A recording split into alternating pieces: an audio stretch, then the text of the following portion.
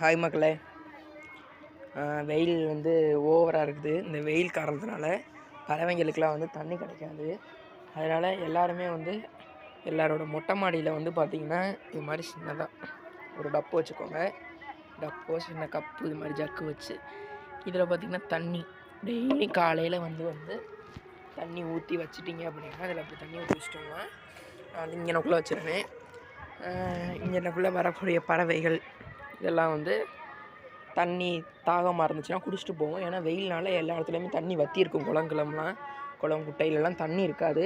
அதனால் இது மாதிரி வச்சிட்டிங்கன்னா புறா, மைனா, குருவி எதாக இருந்தாலும் தண்ணி தாகத்தை தீர்த்திட்டு போயிடும்.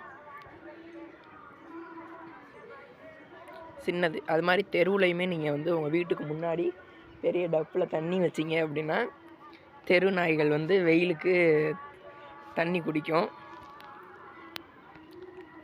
நல்ல ஒரு ஹெல்ப்ஃபுல்லாக இருக்கும். தேங்க்யூ. பிடிச்சிருந்தா மறக்காம சப்ஸ்கிரைப் பண்ணுங்க.